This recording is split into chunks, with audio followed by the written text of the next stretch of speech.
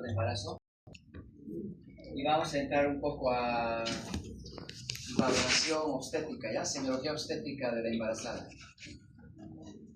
Semiología obstétrica es un tema amplio, es grande. Vamos a avanzar la mitad ahora y la otra mitad, ¿no? A la siguiente clase, ¿ya? A ver, ¿cómo se diagnostica el embarazo? ¿Quién me dice? ¿Cómo? HCG. Pero es que, a ver, lo que ustedes tienen que aprender, no solo para el examen de grado, porque el examen de grado es el problema grande. ¿Cómo diagnostico una neumonía? Radiografía, hemograma. ¿Cómo diagnostico un apéndice? Ecografía, TAC. Es que esa no es la respuesta. El médico es clínico, por esencia. Clínico. Primero viene, ¿no es cierto?, la anamnesis, luego viene el examen físico. Tengo que establecer lo que se conoce como presunción diagnóstica, ¿no es cierto?, o diagnóstico presuntivo, así lo llamamos. En algunos casos hacemos diagnósticos sindrómicos, ¿no ven? Y a partir de ese diagnóstico presuntivo, pido laboratorios.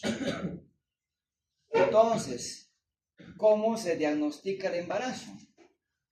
Vamos a sospechar el embarazo por clínica, vamos a confirmar el embarazo por clínica y por estudios complementarios. Y ahí seguramente está lo que ustedes me dicen, ¿no? La HCG.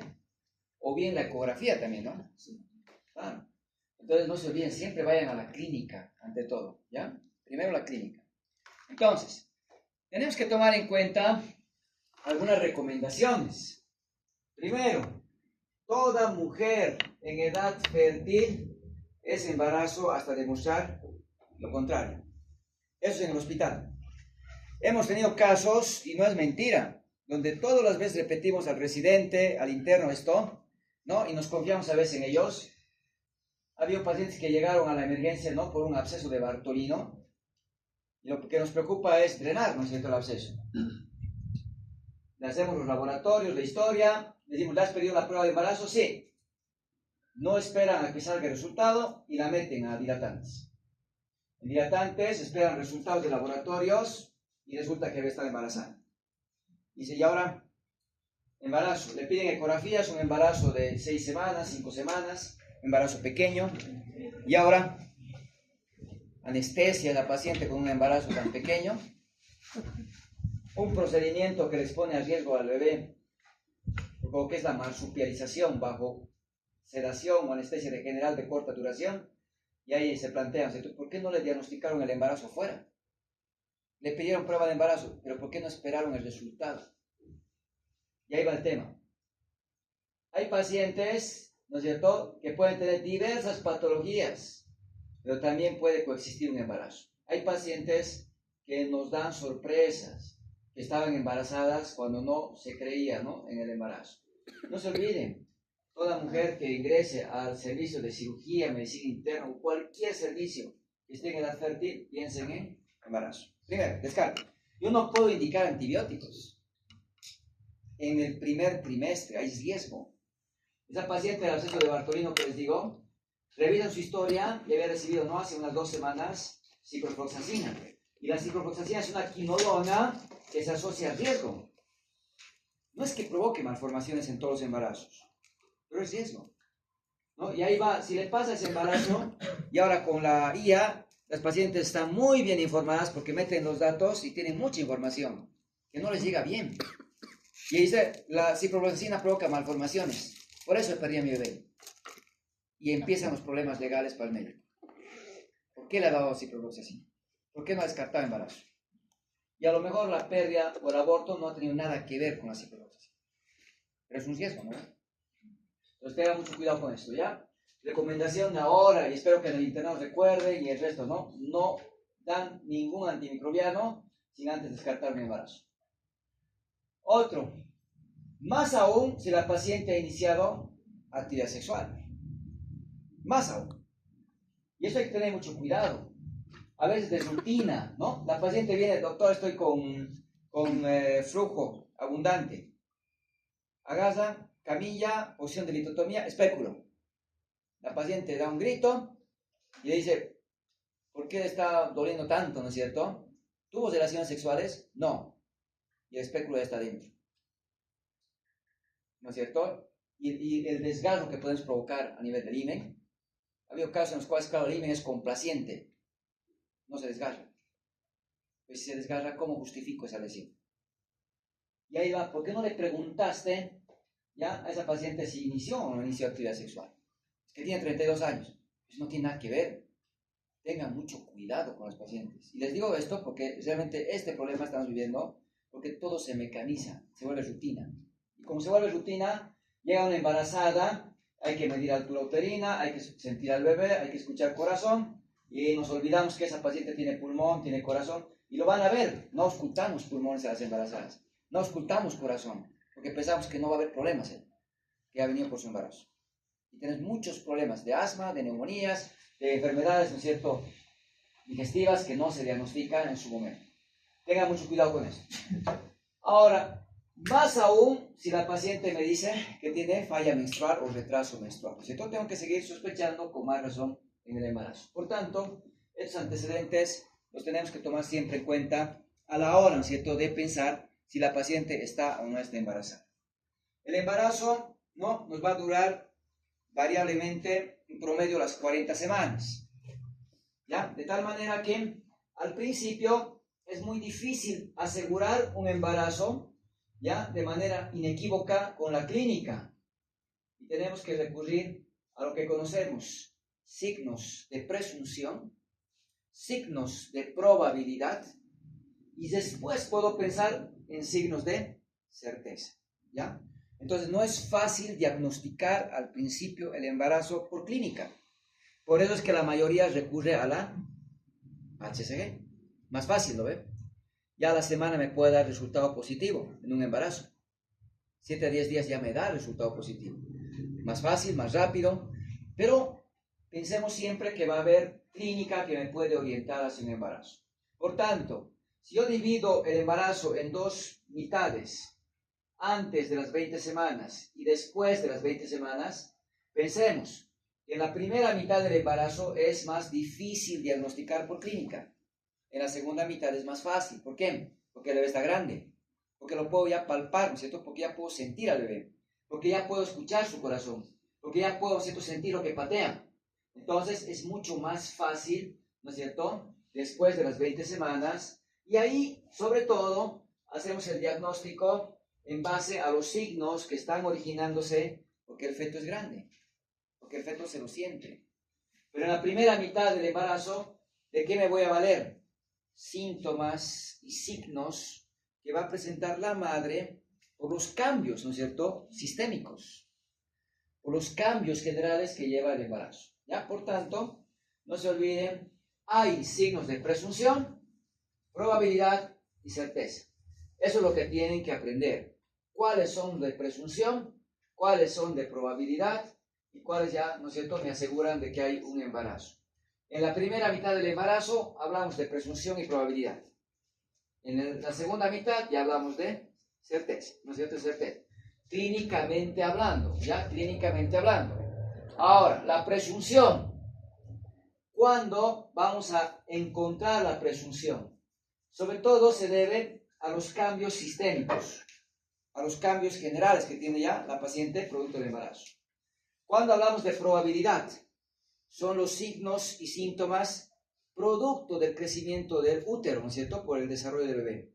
Por tanto, cuando hablo de probabilidad, hablo del aparato reproductor femenino de manera específica.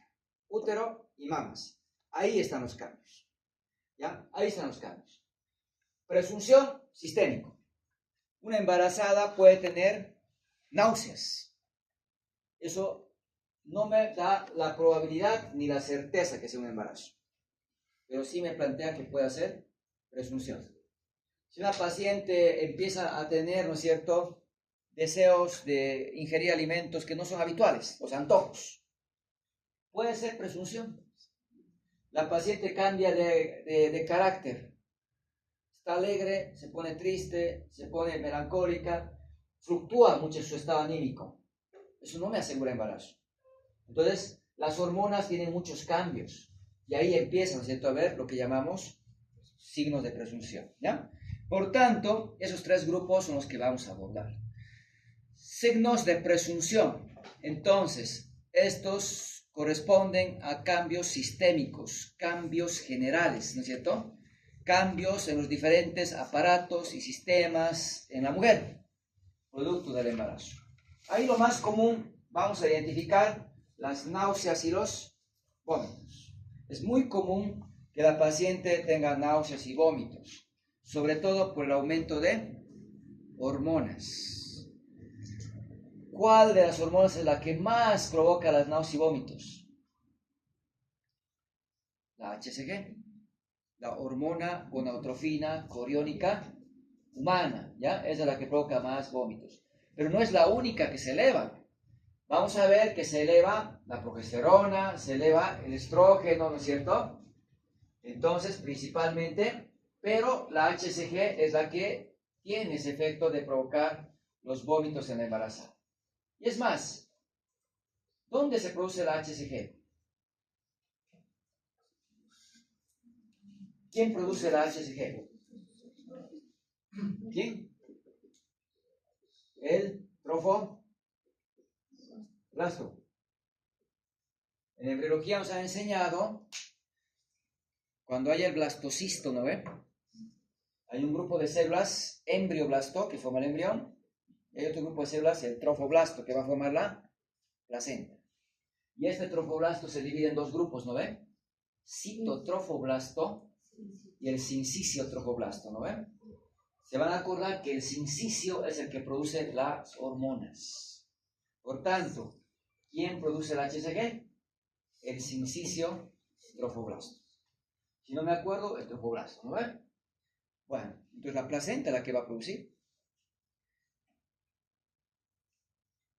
El trofoblasto es el que va a producir, ¿no es cierto? El HCG. Y el trofoblasto, no se olviden que el blastocisto al día 7 o al día 10 llega al útero, ¿no? Y se implanta. Y ahí el trofoblasto entra a lo que llamamos, ¿no?, decidua. ¿Qué es la decidua? El endometrio gestacional. Ya no se llama endometrio en el embarazo, se llama decidua, ¿ya? Entonces el trofoblasto invade la decidua y empieza a dar origen a lo que va a ser la placenta, ¿no? Entonces, ¿eso a cuántas semanas se está dando? ¿A cuántos días diré? A los 7 días, a la semana. Y como ya el trofoblasto está invadiendo, ¿no es cierto?, la decidua, ya empieza a haber producción de hormonas y ahí empieza a haber la producción de la HCG. Por eso es que a la semana ya puedo diagnosticar embarazo, ¿no es cierto?, después de una fecundación. Es rápido con la prueba de HCG. Esta HCG tiene la característica, duplica cada 48 horas. La HCG se sube muy rápido. Y cada 2 días duplica su valor, y va a seguir subiendo esta HCG de manera acelerada hasta llegar a la semana 13. Este aumento así brusco del HCG es lo que estimula al vómito. Y es por eso que la embarazada empieza a vomitar. Generalmente, como la HCG sube de manera brusca hasta la semana 13, es hasta ahí donde vamos a ver que la paciente tiene bastante vómito. Después la HCG se mantiene estable. Y hasta las 16 semanas o 18 semanas se mantiene ahí una meseta. Después empieza a bajar la HCG y se mantiene estable el resto del embarazo. Por eso es que la mayor cantidad de vómitos se da desde las 5 semanas hasta las 13. Ahí la paciente vomita mucho. El vómito puede seguir hasta 18 semanas, incluso hasta 20. Después de 20 ya no hay emesis, ya no hay vómitos por el embarazo. Si vomitas por otra causa, no por la hormona. Entonces, algo que me tiene que llamar la atención y hacer pensar en un embarazo es que la paciente empiece a vomitar, ¿no es cierto? Pero es que el vómito no es exclusivo del embarazo. Por eso decimos presunción. Voy a pensar que es un embarazo. Hay más producción de saliva, ¿ya? Hay cambios en el apetito, les he dicho, ¿no? Empieza a querer comer cosas que no son muy comunes, ¿no? Alimentos raros, tiene antojos. Empieza a tener rechazo, ¿no?, a ciertos olores, entra a la cocina y empieza, ¿no?, a vomitar, empieza a sentir, ¿no?, malestar, a sentir aroma de algunos condimentos, por ejemplo, ¿no? Y tiene cambios muy frecuentes del carácter, ¿no? Está contenta, está enojada, está triste, tiene muchas fluctuaciones, ¿ya? Por el efecto de las hormonas que empiezan a subir, ¿no?, en esta etapa. Entonces, empieza a ver en la paciente algunos fenómenos como, por ejemplo, hay mayor actividad de los melanocitos. Por tanto, la cara se le empieza a pigmentar, se empieza a volver más oscuro. ¿En qué parte? La región malar. Toda la región malar se depigmenta. A esto llamamos como cloasma gravídico. Es una melanodermia, ¿cierto? Pero lo llamamos como cloasma gravídico, que no es más que la hiperpigmentación ya a nivel de la región malar. Hay pacientes que van a ver que consumen anticonceptivos orales, ¿no ve? Por tiempos prolongados que se les empieza a manchar la cara. Igual, las hormonas estimulan la actividad de los melanocitos y empieza a haber mayor cantidad de pigmento. Tenemos la línea alba. En la mujer embarazada, ¿qué va a pasar con esa línea alba? Se pigmenta, ¿no? Se vuelve oscuro, se vuelve negro, ¿no es cierto? La areola y el pezón se empieza a volver de color oscuro, a volver de color negro igual, por los melanocitos que están produciendo mayor cantidad, ¿no?, de pigmento. Entonces, esa hiperpigmentación que estamos viendo, ¿no?, me hace pensar en un embarazo, pero no puedo asegurar que sea embarazo, ¿ya? No puedo asegurar. ¿Qué más vamos a encontrar, no? Cloasma gravídico, línea negra, ¿no? Y ahora es línea alba. Empieza en el embarazo a haber mayor crecimiento del vello corporal. Empieza a crecer más vello corporal, ¿ya? Y eso es muy común en el embarazo, entonces, para ya empezar, ¿cierto?, a sospechar que la paciente pueda estar gestando.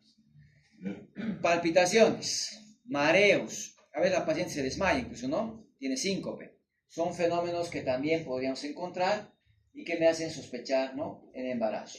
Pero dentro de la presunción, El estrógeno, la progesterona, actúan sobre la mama y empiezan a provocar, ¿cierto?, el mayor desarrollo de las mamas. Se vuelven más turgentes, ¿ya? Se vuelven más turgentes. Empieza a haber, ¿qué cosa? Pigmentación de la areola y el pezón, se vuelve más oscuro, hemos dicho, ¿no? De color negro. Hay unas glándulas sebáceas en la areola. ¿Cómo se llaman estas glándulas? Las glándulas de Morgagni, ¿no? Morgagni. Empiezan a hipertrofiarse y empiezan, ¿no es cierto?, a desarrollarse en mayor, ¿no?, proporción. Ya no se llaman glándulas de Morgagni, se van a llamar tubérculos de Montgomery. Entonces, esas glándulas son para lubricar, ¿ya? Lubricar areola y pezón. Entonces empieza a haber cambios, ¿no? ¿Cómo está en la imagen las mamas? Vemos que están turgentes y vemos, ¿no?, que hay venas que están más dilatadas. A estas venas que están dilatadas las llamamos la red venosa de Haller. Red venosa de Haller. Entonces, estos cambios me pueden, ¿no es cierto?, orientar a que la paciente pueda estar embarazada, pero no puedo asegurar, ¿no es cierto?, que esté embarazada. Pero sospecho. ¿Qué más? ¿A cuántos días he dicho que se implantaba el blastocisto? 7 días, ¿no ve? De 7 a 10, ¿no? Entonces, cuando se implanta el blastocisto, el trofoblasto empieza a, ¿no?, destruir o corroer, ¿no es cierto?, el endometrio, que es decidua, ¿no es dicho? Entonces, al invadir la decidua, a veces hay un sangrado, ¿ya? Hay un sangrado. Y la paciente tiene unas gotas de pérdida sanguínea por los genitales, que a veces piensa y se confunde que ese sangradito es su menstruación. Y como le ha venido ese sangrado, dice, pero me ha venido mi menstruación el anterior mes, ¿no ve? Este mes no me ha venido. Y vengo al médico a decir, tal vez estoy embarazada. He empezado a sentir náuseas, doctor, quiero saber si estoy embarazada. ¿Cuándo le ha venido su menstruación? Ha sido el mes de enero, doctor, póngase el 5 de enero, ¿ya? 5 de enero. Como no me ha bajado el 5 de febrero, pienso que estoy embarazada. Le hacemos la prueba de embarazo y es positiva. Le hacemos la ecografía y me da un embarazo, imagínense, de 7 semanas o de 8. Y te va a decir, no puede ser, porque mi menstruación me vino en enero. Entonces no puedo estar embarazada de más de un mes, ¿no es cierto? Y eso es lo que lleva a muchos errores, que la paciente piense, no, que no está embarazada a pesar de estar. Ese sangrado que la paciente presenta 7 días después de la fecundación, porque se está implantando, es lo que se conoce como el signo de Hartmann. Pero que a veces nos lleva a ese error, que la paciente no pueda delatarnos en base, ¿no?, a una menstruación que ella está asumiendo de que ha tenido de manera pues regular, o un tanto irregular más bien, ¿no?, en escasa cantidad y pocos días, ¿no?, un día o 2 días que tuvo el sangrado, ¿ya? Entonces ahí tenemos que considerar que puede haber esa situación. Puede haber esa situación. Bueno, ahora entramos a la probabilidad. Los síntomas de perfusión son sistémicos, son generales. Probabilidad son locales, ¿no es cierto? Locales. Y ahí vamos a remitirnos entonces a 3 posibilidades que están ahí descritas. 1, la amenorrea o el atraso menstrual. ¿A qué llamamos amenorrea? Ausencia o falta de menstruación por 90 días o 3 meses, ¿ya? Entonces, para hablar de amenorrea, tengo que referirme a la falta de menstruación por 90 días o 3 meses. Si mi paciente tuvo su menstruación el 5 de enero del 2026, hoy que es 10 de febrero, viene a la consulta y me refiere que ya no ha vuelto a presentar este mes la menstruación, no puedo hablar de amenorrea, porque no cumple el requisito, ¿no ven?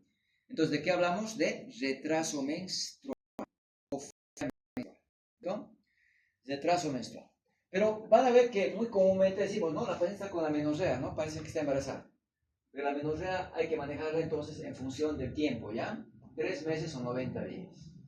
Sea la amenorrea o el retraso menstrual, hay que pensar en probabilidad de embarazo, ¿no? Sobre todo si la paciente está en edad fértil. Hay pacientes que tienen, ¿no?, quistes en el ovario y que constituyen lo que conocemos como el síndrome del ovario poliquístico. La presencia de quistes nomás no basta para decir síndrome del ovario poliquístico. Para decir síndrome del ovario poliquístico tiene que haber hiperandrogenismo, ¿ya? Tiene que haber hiperandrogenismo. Entonces, si el ovario tiene quistes, empieza a tener alteración en su funcionamiento. Las hormonas no se producen de manera adecuada y puede haber pacientes que empiezan a tener, ¿no?, alteraciones en el ciclo menstrual. Y puede ser que no tengan menstruación 1 mes, 2 meses, ¿no? Y se le empieza a volver irregular la menstruación.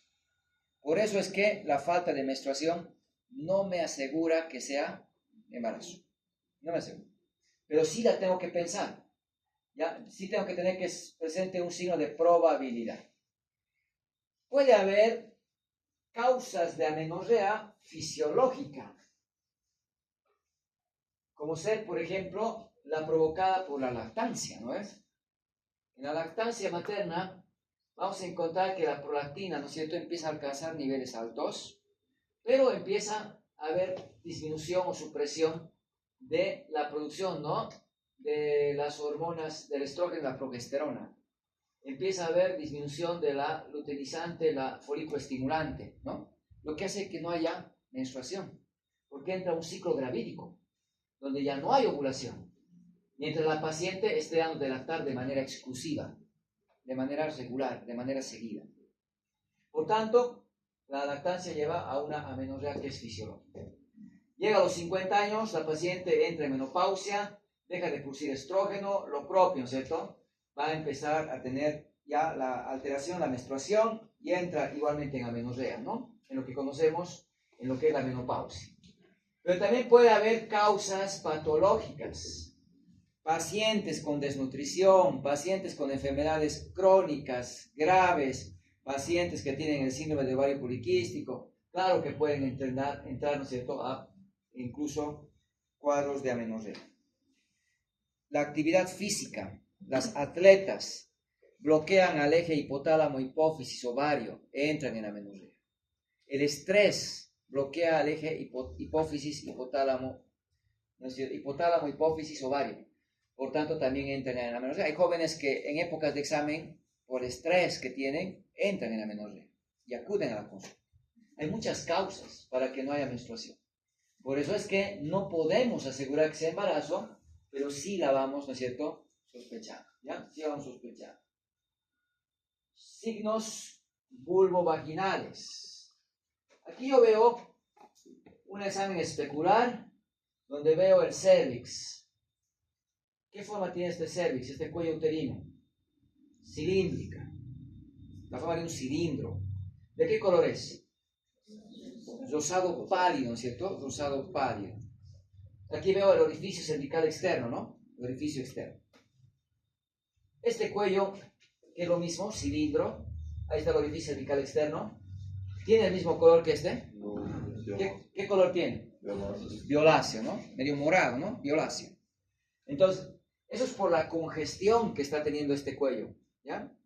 Esa coloración violácea que estoy viendo en el cuello uterino, que lo podemos ver en la vulva, que lo podemos ver en el canal vaginal, porque se vuelve de ese color, ¿ya? Morado, es lo que conocemos como el signo de Chadwick, ¿ya?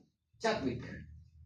Coloración violácea de la vulva, del canal vaginal y del cervix, ¿ya? Signo de Chadwick. Así lo conocemos en nuestro medio, aunque también se lo conoce como el signo de Jacqueminot. Lo vamos a ver más adelante, está escrito. Pero este signo de Chadwick, lo que quiero que reconozcan es que es, ¿no?, muy diferente el color. Y esa coloración violación ya me hace sospechar en embarazo. Pero es que si una paciente estuviera con una cianosis, ¿no es cierto?, generalizada, también tendría la coloración violácea, ¿no? Y no es un embarazo. Por eso que no puedo asegurar con el Chadwick tampoco, ¿no?, que sea embarazo. Pero lo voy sospechando, ¿ya? El cuello uterino normalmente tiene una consistencia dura, firme. Se parece mucho al cartílago. Decimos, ¿no? Se tiene una consistencia como el pabellón de la oreja. Es duro, es firme. En el embarazo, el cuello se vuelve blando. Se va reblandeciendo. En un embarazo, incluso cuando ya llega al término, ese cuello se empieza a poner blando, que se compara mucho con la textura, ¿no?, de los labios. Así de suave, ¿no? De esa consistencia firme, dura del cartílago, ¿no?, va cambiando y empieza a haber reblandecimiento. Este reblandecimiento del cuello se conoce como el signo de Godel, ¿ya? El signo de Godel, entonces, es signo de probabilidad de embarazo, ¿ya? Entonces, ¿qué pasa con el útero? Si hay un bebé que está creciendo, ¿qué va a pasar con el útero en cuanto a su tamaño? Sí. Tiene que crecer, ¿no? Va a aumentar el tamaño. Por tanto, el útero es un órgano intrapélvico. Delante del útero, ¿qué órganos se encuentran? Vejiga. Nunca se olviden de eso. La vejiga está delante del útero. Si la vejiga está llena de orín, ¿me va a permitir tocar al útero? Si quiero hacer un tacto vaginal bimanual, si quiero hacer una cesárea, si quiero hacer un legrado, un ameo, sí, cualquier procedimiento diagnóstico o cualquier procedimiento de tratamiento ya a nivel uterino, ¿qué es la recomendación? Vaciar vejiga. Prohibido no vaciar vejiga. De internos tenemos la responsabilidad de encargarnos de que esté la vejiga vacía. Va a entrar a cesárea, la paciente entra al baño a miccionar. Hay que llevarla al baño que miccione, que orine. ¿Ya? Claro que en la cesárea le colocamos sonda. Se le coloca sonda vesical. Pero si la vejiga está repleta, no abastece, ¿no?, para vaciar y facilitar el procedimiento. Ha habido casos en los cuales se entra, ¿no?, por emergencia rápido y se ha entrado transvesical, ¿no?, hacia la incisión. Se ha entrado a la vejiga, ¿ya?, por no haber vaciado adecuadamente la vejiga en una cesárea. Ni siquiera una cesárea, en una salpingüe, pues hemos tenido un caso que se ha entrado a la vejiga. Por hacerlo rápido, ¿no es cierto?, se entraron a la vejiga. ¿Por qué? Porque pensaron que no necesitaba vaciarse, no le pusieron la sonda vesical porque pensaron de que no era necesario. Toda cirugía pélvica hay que vaciar vejiga. Para un legrado, para un ameo, para una cesárea, para el tacto bimanual, para el masaje uterino, para todo procedimiento. Vaciar vejiga. Entonces, vaciamos vejiga, ya podemos palpar el útero. No, el útero es intrapélvico, el útero está dentro de la pelvis, no se puede palpar. ¿Cuándo se lo va a palpar? Cuando crece. Cuando crece. Y el útero puede crecer por muchas causas. Una de ellas, el embarazo. Entonces, ¿a partir de cuántas semanas yo puedo palpar el útero por encima de la sínfisis pubiana? 12 semanas. A las 12 semanas de embarazo, yo ya puedo sentir el fondo del útero, ¿ya? A la altura de la sínfisis pubiana. Por tanto, ahí voy a poder palpar fácilmente el útero por vía abdominal, ¿ya? Por vía abdominal. Antes de las 12 semanas, el útero no se lo palpa por vía abdominal. Y recurrimos al tacto bimanual, como estamos observando. Con una mano, introducimos, ¿no?, al canal vaginal los dedos, índice y medio, y con la otra mano apretamos el abdomen, tratando, ¿cierto?, de determinar el tamaño y las características de ese útero, ¿ya? Pero a través del abdomen, directamente, solo a partir de 12 semanas. Y a partir de ahí empieza a crecer. El Schwartz me da un parámetro que me ayuda a tratar, ¿no es cierto?, por el tamaño del útero, calcular el tiempo de embarazo. Me dice, si palpo a la altura del pubis, ¿cuántas semanas va a tener? 12. Si palpo entre el ombligo y el pubis, va a tener 18 semanas. Si lo palpo a la altura del ombligo, 22 semanas. Si lo palpo a la altura del cifoides, mínimo 37 semanas, ¿no? Ya de término. Por tanto, ya está bastante grande, ¿no?, para poderlo palpar a ese nivel. Si está entre el ombligo y el cifoides, se estima que es 30 semanas. Este método que involucra memoria, porque tendría que aprender sus valores. Por tanto, no me sirve, porque tengo tanta información que aprender que no me voy a acordar, ¿no es cierto?, esos parámetros. 12, 18, 22, 30 y 37, ¿no? Entonces no me aprendo y no me sirve. Vamos a ver otro método más sencillo para calcular. Pero me da un parámetro, ¿ya? Me da un parámetro. ¿Qué tenemos que pensar? Si yo palpo un útero a la altura entre el punto del pubis y el ombligo, yo digo, debe estar embarazada. Pero ¿qué puede provocar que el útero crezca sin que haya un embarazo? Miomas. Los miomas, ¿no? Los miomas uterinos. Hemos tenido pacientes que ingresan con la barriguita, ¿no?, como un embarazo, y resulta que eran miomas, ¿ya? Entonces, los miomas son tumores benignos del útero que tienen diferentes, ¿no?, diámetros de tamaño, pueden ser varios en número también, que pueden hacer el crecimiento del útero, ¿no? Entonces, no siempre el palpar un útero es embarazo, ¿no? No siempre. Algunas veces un quiste de ovario nos da, ¿no es cierto?, esa sensación de que sea el útero al palparlo. A veces, ¿no es cierto?, es un tumor del propio útero o del ovario, ya que puede palparse. Puede haber muchas causas que pueden llevar, ¿no?, que yo logre palpar un útero grande sin que sea, ¿no?, sin que sea un embarazo. O bien que palpe un anexo, ¿no?, como es un quiste en el ovario, que también puede dar magnitud grande, ¿no? O puede ser la vejiga misma, repleta de orina, que nos confunda, ¿no? Todo eso hay que ir pensando y valorando. El útero tiene la forma de una pera, ¿ya? Tiene la forma de una pera. A ver, si ustedes se fijan en esta imagen, más o menos aquí tendríamos marcada la cúpula vaginal, ¿no es cierto? La cúpula vaginal. En un útero que no está gestando, si hago el tacto vaginal y me voy al fondo del saco vaginal derecho, llego al fondo del saco vaginal derecho, no tengo que tocar al útero. Porque como el útero tiene la forma de una pera, ¿no es cierto?, no tendría que tocar porque esto está vacío, ¿no es cierto? No está ocupado por el útero, por la forma que tiene. ¿Ya? Lo propio al otro lado, no tengo que tocar el útero. Pero ¿qué pasa en un embarazo? El útero va a empezar a crecer y va a empezar a adquirir forma de una naranja, decimos.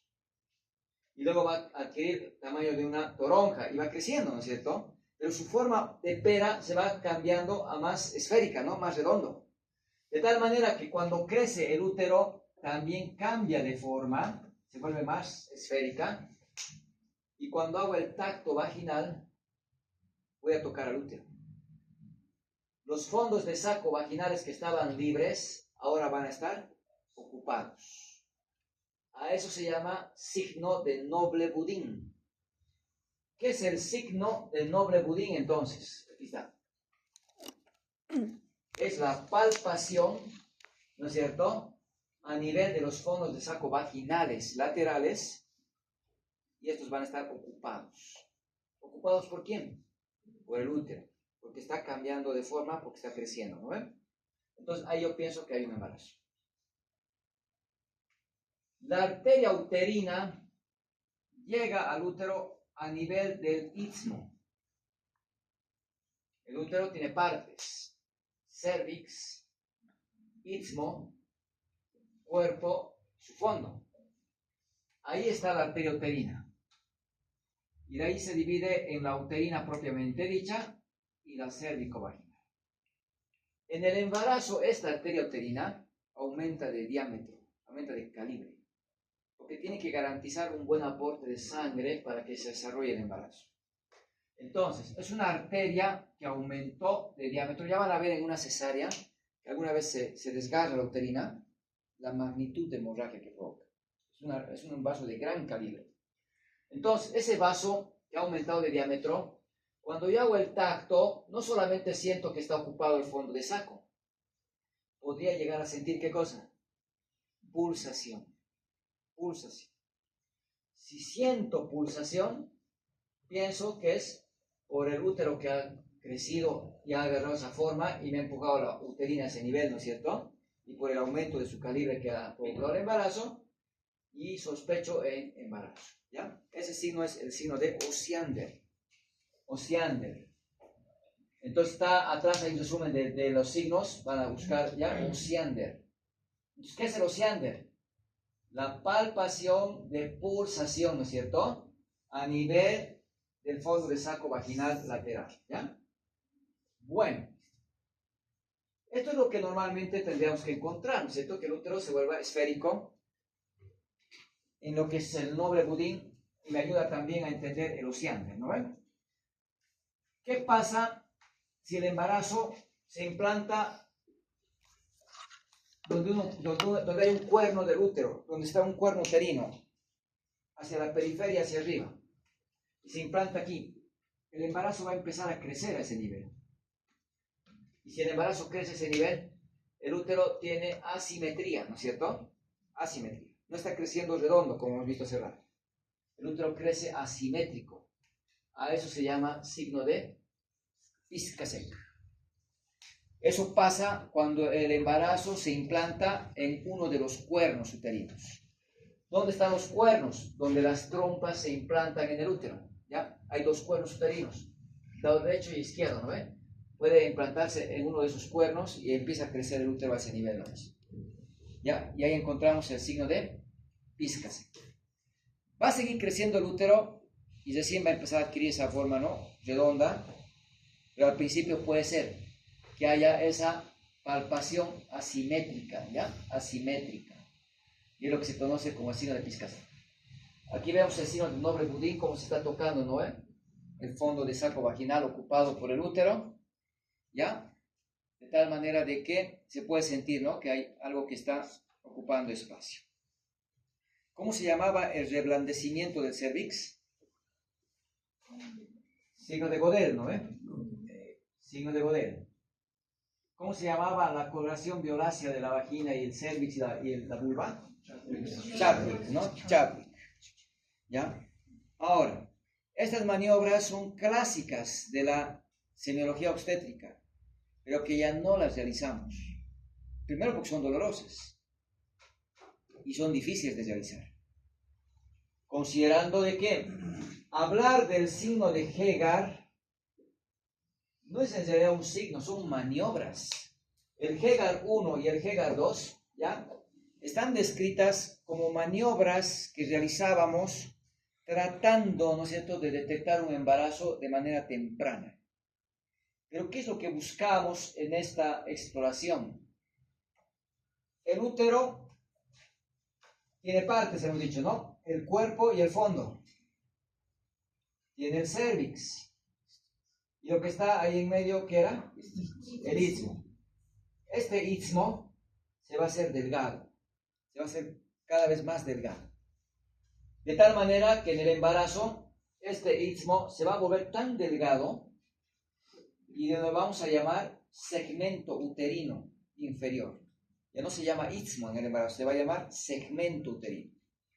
Pero se vuelve tan delgado, dice, ¿no? Laminoso, bien delgadito, de tal manera que al volverse delgado, nos podríamos sentir ese adelgazamiento mediante la palpación, como están viendo. El médico hace el tacto vaginal, el dedo índice y el dedo medio están dentro del canal vaginal. Lo llevamos al fondo del saco vaginal anterior, entre la vejiga y el útero, ¿no es cierto? Y con la otra mano, a través del abdomen, fíjense, tratamos de acercar los dedos hacia los que están dentro del canal vaginal. Se tratan de acercar. En una paciente que tiene el abdomen flácido, ¿no es cierto?, como las que han tenido varios partos, se puede hacer. Pero una paciente nulípara, primigesta, es muy difícil hacer. Y es muy incómodo, es doloroso. Por eso es que les decía, ¿no? Ya se hacen menos, más ya ni las realizamos. Pero está descrito dentro de las maniobras clásicas porque esta se realizaba durante mucho tiempo. ¿Qué es lo que se trata? Que al hacer la palpación, estos dedos se sienten tan cerca como si estuvieran tocándose uno con otro. Porque el istmo se ha vuelto tan delgado que me da esa sensación, ¿ya? De que ambos dedos se chocan y se encuentran. Y dice, ¿no? Hay una laminosidad. El istmo se ha vuelto muy delgado, parece una lámina, una hoja de papel, delgado, ¿ya? Y al mismo tiempo se sentía que esto estaba reblandecido, ¿ya? Por tanto, se sentía como tocar los dedos. Y eso es lo que se habla en el Hegar 1 y el Hegar 2, que son maniobras. ¿Qué valoraban esas maniobras? Que el istmo se vuelve delgado, laminosidad, y que el istmo se vuelva blando, el reblandecimiento, ¿ya? Por tanto, Hegar 1, Hegar 2 son maniobras para detectar laminosidad y reblandecimiento del istmo. Estos son signos de probabilidad de embarazo. Hay muchos más signos. Yo no necesito que aprendan todos, porque ya tenemos buena cantidad, ¿no es cierto? Signo de Godel, ¿qué era? Reblandecimiento del cuello uterino. El Hegar 1, el Hegar 2, ¿qué evaluaba? Reblandecimiento, laminosidad del istmo, ¿no ve? Signo de Chadwick. Coloración, violacia. Osiander, pulsación, ¿no? En los fondos de saco vaginales laterales. Noble Budín. Fondo del saco. Fondos de saco vaginales ocupados, ¿no? Ocupados. Pizca seca. Asimetría. Asimetría, ¿no? Cuando se implantaban en el cuello, en el cuerno, ¿no? Cuerno. Más nada. Ahora, hay el McDonald's, hay, ¿no es cierto?, el de Club. Hay muchos signos. Los que hemos repasado son los que necesito que aprendan, ¿ya? Necesito que aprendan. Esto no necesita. ¿A cuántas semanas? No necesito. Esos signos de probabilidad, sí apréndanlos. Los vamos a recordar en algún momento otra vez. Y bueno. Certeza. Hay clínicos y hay laboratoriales. Clínicos no es difícil, ¿no ven? Palpar al feto, escuchar el corazón del feto, sentir lo que patea el feto, ¿no ven? Y pues los laboratorios podemos encontrar las pruebas de embarazo que buscan detectar la hormona, ¿no es cierto? La HCG, hormona gonadotrofina coriónica humana, ¿no ven? Pero esta hormona tiene una fracción alfa y una fracción beta. La fracción alfa se parece mucho a la tirosina. Por eso es que no medimos a la hormona en conjunto, porque una paciente con hipertiroidismo me podría dar, ¿no es cierto?, resultados equívocos. lo que valoramos, ¿cuál es? La fracción beta. ¿Ya? La fracción beta. De tal manera que buscamos la fracción beta de la HCG. Podemos determinar en orina y en sangre. En sangre ya se detecta desde 5 miliunidades, ¿no es cierto? En orina necesito 25 miliunidades para ser detectados. ¿Qué quiere decir? Que en concentraciones bajas ya puedo detectar en sangre. Para detectar en orina necesito concentraciones más altas. Y esto lo tengo que entender porque si una paciente llega con el kit que le vendieron en la farmacia, donde le dijeron, ¿no es cierto?, que coloque una muestra de orina y le marcó, ¿no es cierto?, sus 2 líneas indicándole que es reactivo, que está embarazada. Y ahora viene con esa duda y le dice, le he hecho la prueba de embarazo en orina y me ha salido esta prueba que es positiva. Pero me han dicho de que la prueba no es segura, que no sirve. Entonces yo quisiera saber si estoy embarazada. Si le está dando positivo, quiere decir que está alcanzando niveles altos de HCG para haberme dado, ¿no?, el resultado. Si le hago sangre, el sangre me va a dar sí o sí positivo. Me va a dar positivo. Porque para que detecte en sangre necesito nomás 5. Aquí he alcanzado 25 o más, ¿no ven? Entonces ahí no tengo mucha duda de que su prueba sea positiva, ¿no ven? El problema es si esta prueba en orina le sale negativo. Si le sale negativo, yo no puedo descartar embarazo. Porque puede ser que sus niveles de HCG no han alcanzado los 25 todavía y no está detectando la orina. Y la hago en sangre y sí le salga positivo. Porque puede ser que esté con 7, puede estar con 10, por ejemplo. ¿No es cierto? Y ahí viene la duda, entonces. Cuando le sale negativo en orina, me queda la duda. Puede que sí, como puede que no. Y hay que hacerle en sangre. Por eso es que nosotros le decimos, no, hágase siempre en sangre, ¿no? Para no tener esa duda si le sale. Hemos tenido pacientes que le han hecho la prueba en orina negativo, se hace en sangre positivo y ahora dice, ¿ahora qué soy? ¿Embarazada o no? Y le han hecho otra vez en el hospital, le han dicho, le haremos una más por si acaso. Y confirmaremos. Y le vuelven a hacer la prueba otra vez en sangre. Y le sale positivo. ¿No? Y ahí la paciente ahora, no sé, tú recién está tranquila y sabe que está embarazada. No se olviden, en sangre detectamos a niveles bajos, ¿no? Y en orina, en cambio, tiene que alcanzar niveles más altos, ¿ya? Si hay negativo, no puedo descartar. Si sale positivo, lo más probable es que esté embarazada. Esta es la HCG cualitativa, que me dice positivo o negativo, nada más. Hay tumores de ovario que provocan aumento de la HCG y me puede dar positiva la prueba. Por eso es que una HCG, una prueba cualitativa, no es considerado certeza, es considerado de probabilidad, porque puede darme positivo en un tumor de ovario y no estar embarazada. Para decir certeza, ¿qué prueba tendría que ser? La HCG cuantitativa, la que me mide, ¿no es cierto?, valores y me diga realmente si corresponde a un embarazo o no, ¿ya? Y el laboratorio me da rangos, donde me da valores y me da semanas de embarazo, para que yo tenga, ¿no?, más certeza del propio embarazo y del tiempo del embarazo. Entonces, la HCG, la prueba de HCG cualitativa, la vamos a considerar como de probabilidad. La HCG cuantitativa, la que mide valores, ¿no es cierto?, de la hormona, la vamos a considerar de certeza, Bueno, aquí es bien importante considerar un aspecto fundamental. La HCG ya de manera muy temprana me detecta embarazo. ¿A cuánto tiempo hemos dicho? 7 días, ¿no? Una semana. En la ecografía, ¿a cuánto tiempo veo un signo de embarazo? 4 semanas, ¿no? 4 semanas, veo saco.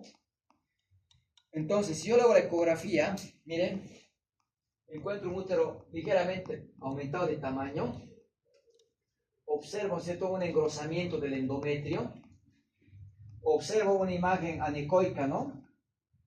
Observo una imagen hiperecoica alrededor de esa imagen anecoica, como un anillo, ¿no?, que está rodeando. Y sospecho que es embarazo. Ni siquiera puedo asegurar. Sospecho que es embarazo.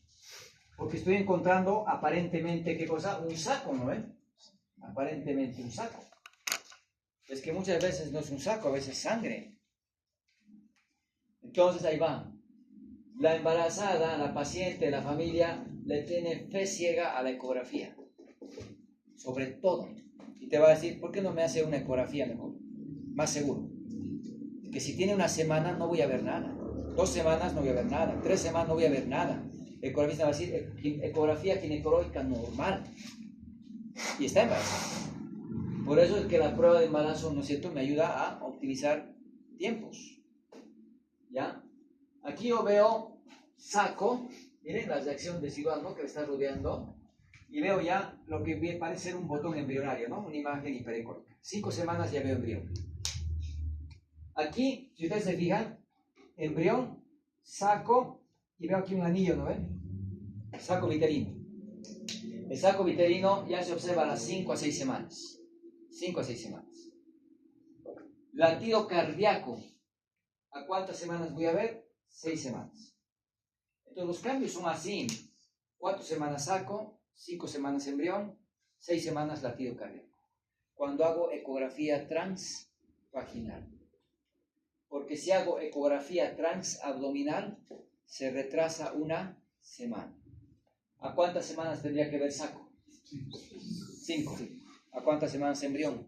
6. ¿A cuántas semanas latido? 7. Pero es que muchos te dicen, no, latido cardíaco recién a los 7 semanas. Es que en la transvaginal ya ves a las 6. Ya ves a las 6. Hoy en día, ya, ¿no es cierto?, no se puede no considerar una transvaginal en el primer trimestre, ¿ya?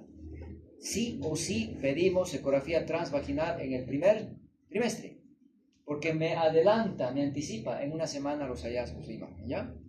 En el segundo trimestre y en el tercer trimestre ya pedimos ecografía transabdominal, lo que llamamos ecografía obstétrica, ¿ya? Por tanto, ya no pedimos transvaginal, pedimos obstétrica, la transabdominal. Pero el primer trimestre no se olviden. Entonces, eso es bien importante considerar entonces de que en la ecografía, pues los hallazgos también son relativamente tardíos. Esto es la HCG cuantitativa, ¿ya? Ahí están viendo parámetros, ¿no? Para cuántas semanas, así me da el laboratorio, me dice cuántas unidades, para cuántas semanas tiene, ¿ya? Que eso hay que ir comparando, la HCG cuantitativa. ¿Qué pasaba con la HCG cada 48 horas? Duplica, ¿no? Duplica. Aquí van a aprender un concepto que se llama umbral discriminatorio ecográfico. ¿En qué consiste el umbral discriminatorio ecográfico? Si yo tengo una HCG cuantitativa de más de 1000 unidades, ¿no es cierto?, por ml, sí o sí tengo que ver imagen de embarazo en la ecografía. Sí o sí tengo que ver imagen de embarazo en la ecografía, ¿ya? Más de 1000 unidades por ml, tengo que ver imagen de embarazo. Imagínense que mi paciente tiene 2000 miliunidades y el ecografista me reporta un endometrio grueso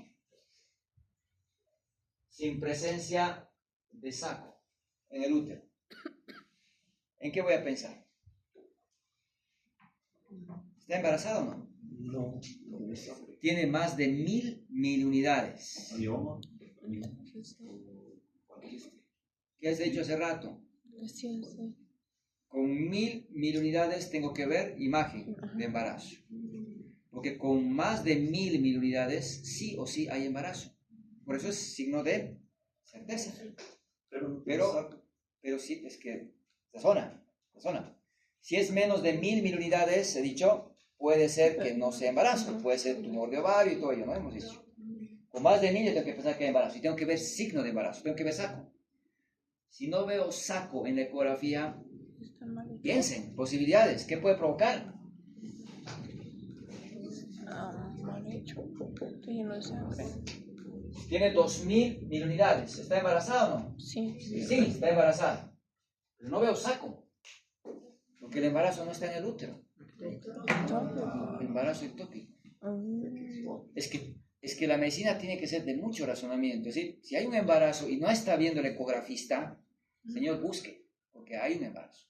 No estará en el útero, estará en la trompa, estará en el abdomen, estará en el cuello, en algún lugar tiene que estar. ¿No ven?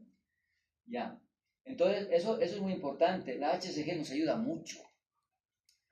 Imagínense que la HCG me da para un embarazo de 5 semanas.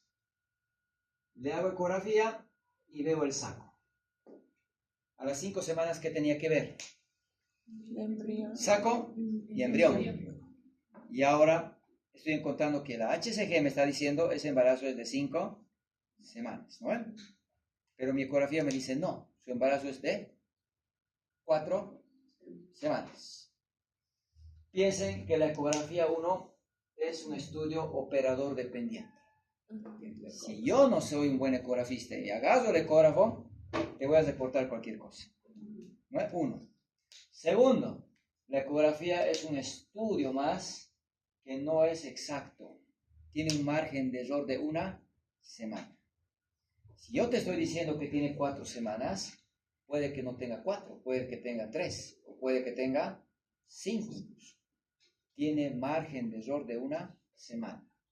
Entonces, ahí yo me planteo, la HCG me dice para 5 semanas, pero la ecografía me muestra un saco. Digo, ¿no se habrá muerto el bebé? Porque a las 5 ya tendría que haber visto un bebé. ¿Qué tal si es un huevo anembrionado? ¿Qué tal si es un aborto retenido? ¿No ven?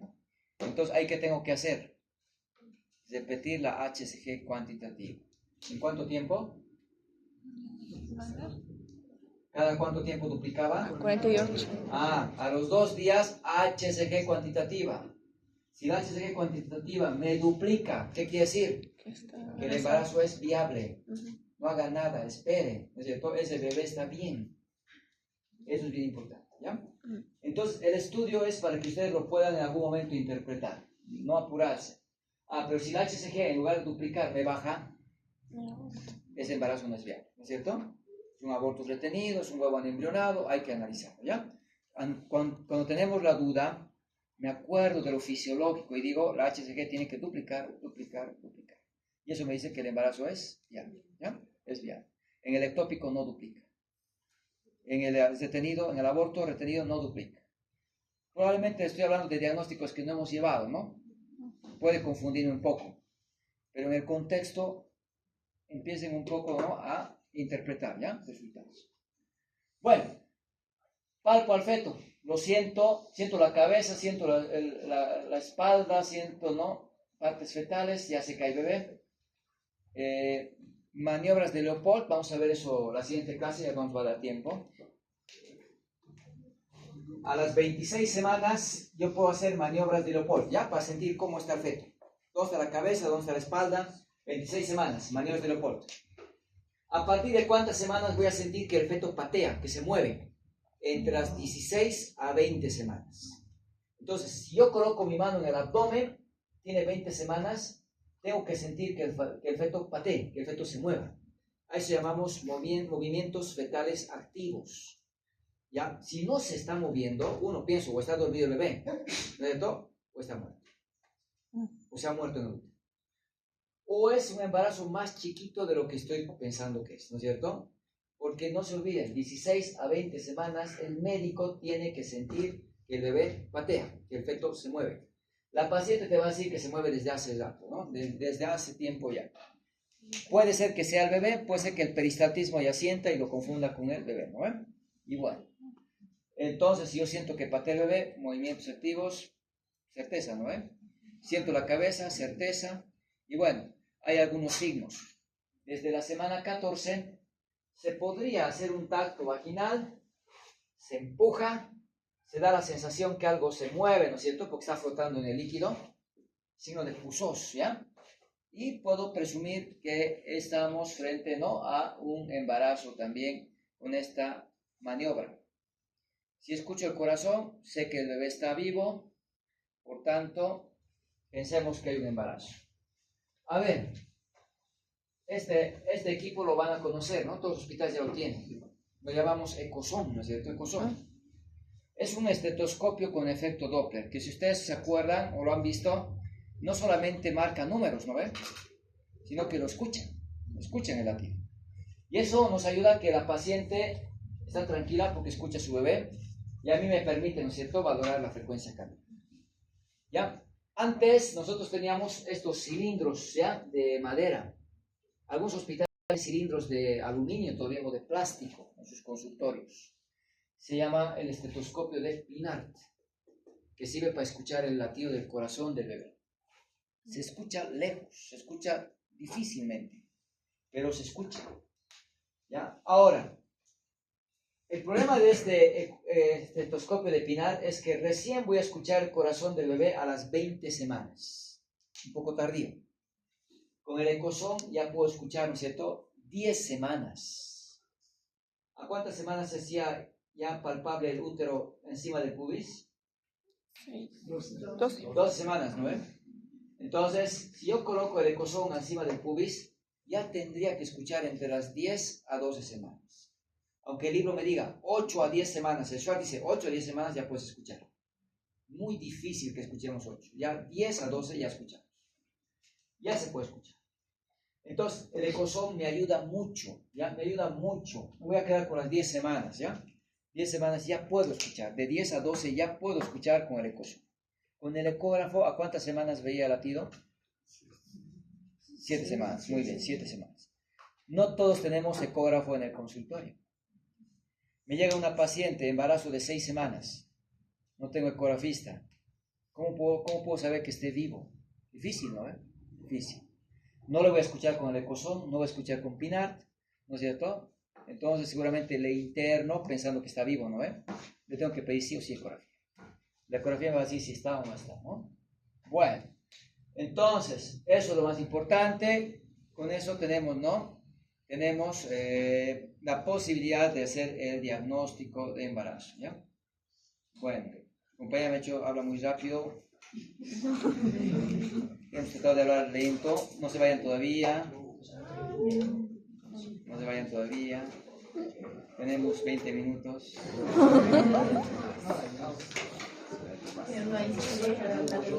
Bien cortito, ¿ya?